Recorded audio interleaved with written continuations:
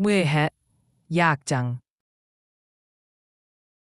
นั่งขาขวาทับขาซ้ายแล้วมือขวาทับมือซ้ายไม่กดไม่ข่มไม่เครียดไม่บังคับสบายแต่ให้นั่งตัวตรงแล้วก็หายใจเข้าพุทหายใจออกโทหายใจเข้าพุทหายใจออกโทความรู้ไม่ขาดวรรคขาดตอนว่าหายใจเข้าพุทหายใจออกโทเครียดไม่กดให้หนักให้ทึบให้ตื้อให้นิ่งให้เฉยไม่ว่าจะสงบหรือไม่สงบ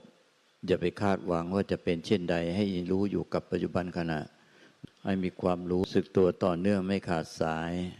อย่าไปจับแสงสว่างอย่าไปจับว่างอย่าไปจับเบาอย่าไปจับนิ่งจับเฉยแต่ผู้ใดเป็นโมหะจริตเนี่ยคอยลืมเลือนสติสัมปชัญญะที่ระลึกรู้ลมหายใจเข้าพุทหายใจออกโทแล้วก็ไปหลงไปคิดฟุ้งซ่านปรุงแต่งอยู่เรื่อยๆอย่างเนี้ยก็ไม่ต้องมาเอาคำบริกรรมพุทโธมาผูกกับลมหายใจเข้าออกให้มีสติสัมปชัญญะลึกรู้คำบริกรรมพุทโธพุทโธพุทโธพุทโธพุทโธพุทโธพุทโธพุทโธพุทโธพุทโธพุทโธพุทโธไปเรื่อยๆอย่างต่อเนื่องไม่ขาดสายโดยไม่ต้องเอามาผูกกับลมหายใจเข้าออก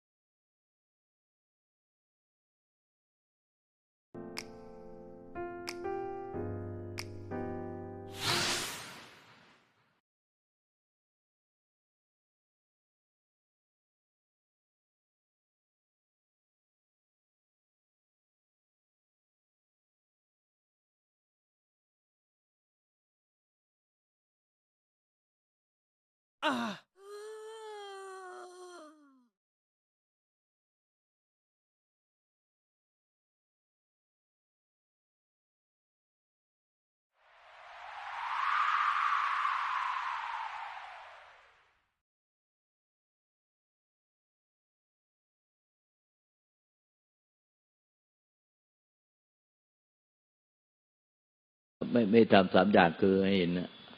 อาการภายในในจิตใจอาการที่เกิดขึ้นในจิตใจที่เวลานีโอไปเห็นสาวสวยอรดีที่ชื่ออรดี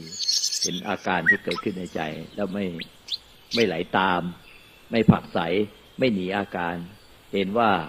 อาการที่เกิดขึ้นเป็นสังขารปรุงแต่งเกิดเองดับเองสังขารปรุงแต่งเกิดเองดับเองไม่มีสาระแก่นสาร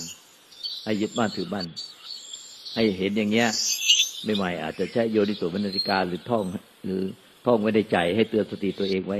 ว่าสังขารทั้งนั้นสังขารทั้งนั้นสังขารทั้งนั้นสังขารทั้งนั้นอย่าไปหลงยึดมั่นถือมั่นอย่าหลงไปตามความคิดความปรุงแต่งในใจตนสังขารทั้งนั้นแม้แต่สิ่งที่รู้ที่เห็นในปัจจุบันขณะที่ได้ยินในปัจจุบันขณะที่สัมผัสในปัจจุบันขณะก็สังขารทั้งนั้นสังขารทั้งนั้นไม่เที่ยงแม้แต่สาวสวยอรดีก็ไม่เที่ยงก็ต้องเคลื่อนไปสู่ความแก่ความเจ็บความตายผุพังสลายเน่าเปื่อยไปเป็นดินน้ำลมไฟไม่มีอะไรยึดมั่นถือมั่นได้ไม่มีอะไรยึดมั่นถือมั่นได้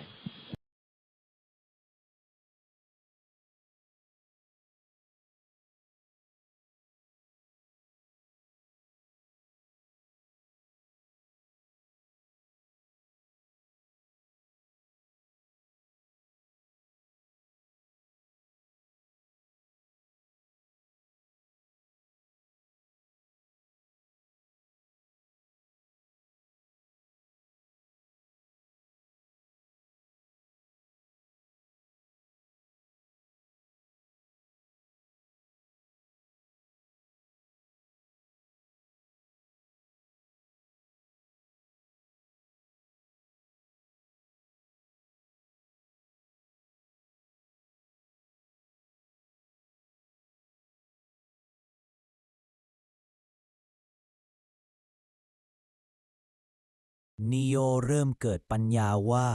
ความคิดทั้งหลายนั้นไม่ได้เป็นความจริงที่จะต้องไปทำตามความคิดทั้งหลายนั้นเกิดเองก็ดับเองเลยไม่ต้องไปไล่ดับความคิดหรือไปหนีความคิดนีโอเลยปล่อยให้ฟองความคิดเกิดเองดับเองนีโอจึงหายจากอาการปวดหัวเวียนหัวนีโอคอยเตือนสติในใจว่าสังขารทั้งนั้นสังขารทั้งนั้นสังขารทั้งนั้นสังขารทั้งนั้นเกิดเองดับเองผ่านมาผ่านไปแต่ด้วยอวิชชาอนุสัยอาสวะที่สะสมมาเนิ่นนานข้ามภพข้ามชาตินีโอก็ยังมีความยึดมั่นถือมั่นว่าตัวตนนีโอมีอยู่จริงและยังยึดอยู่ว่าความคิดทั้งหลายเป็นของนีโอเลยยังคอยระมัดระวังว่าเมื่อความคิดไม่ดีเกิดขึ้นนีโอจะต้องระวังไม่ให้นีโอไปเผลอคิดตามและคอยระวังว่าความคิดไม่ดีนั้นไม่ได้ขยายตัวไปเป็นความคิดไม่ดีอื่นๆและพร้อมที่จะเข้าไปจัดการความคิดไม่ดีนั้นถ้าจำเป็น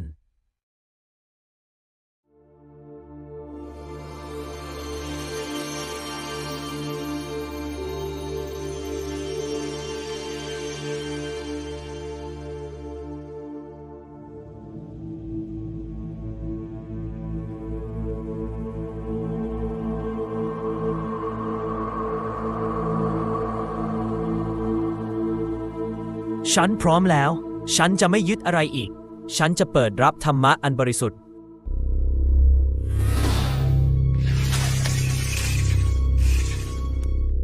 ทำไมล่ะถ้าเจ้าเปิดประตูนี้กำแพงอุปทานทั้งหมดนี้จะถูกทำลายลงเจ้าจะยอมให้ทุกอย่างถูกทำลายหายไปได้หรือ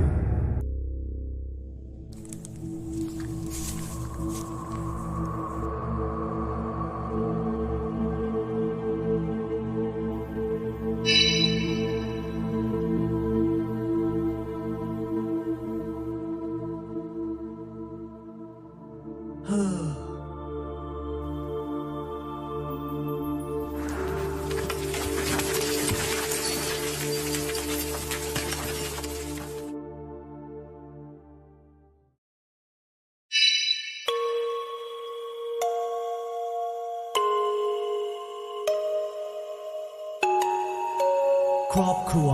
ของฉัน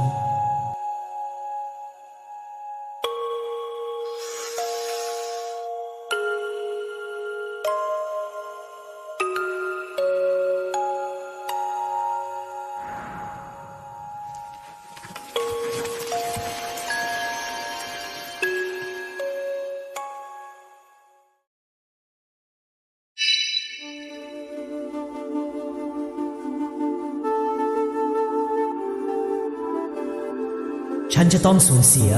ตัวตนของฉันไปจริงๆหรอ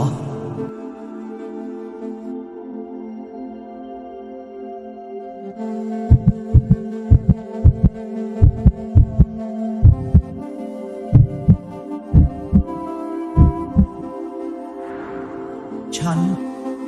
ทำไม่ได้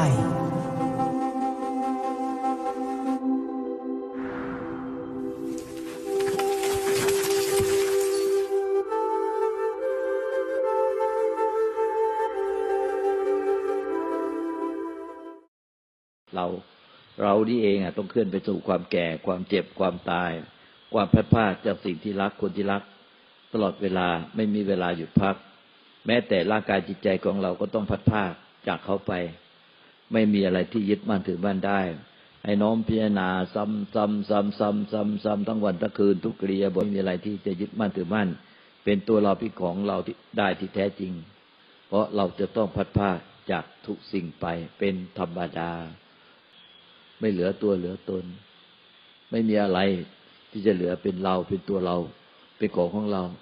ที่แท้จริงเลยเมื่อใจปลงปล่อยวางจากความยึดมั่นถือมั่นได้แล้วก็คลายใจก็จะคลายจากความหลงยึดลูกยึดหลานยึดสามีภรรยายึดตำแหน่งลาภยศสมบัติบ้านให้เป็นทุกข์แล้วก็จะไม่ยึดสิ่งที่รักที่เกลียดชังให้เป็นทุกข์เพราะว่าตัวเราต้องพลัดพรากจากทุกสิ่งไปไม่มีอะไรเลยที่ยึดมั่นถือมั่นได้ทั้งความรักและความเกลียดชังอันเนี้ยก็จะช่วยทำให้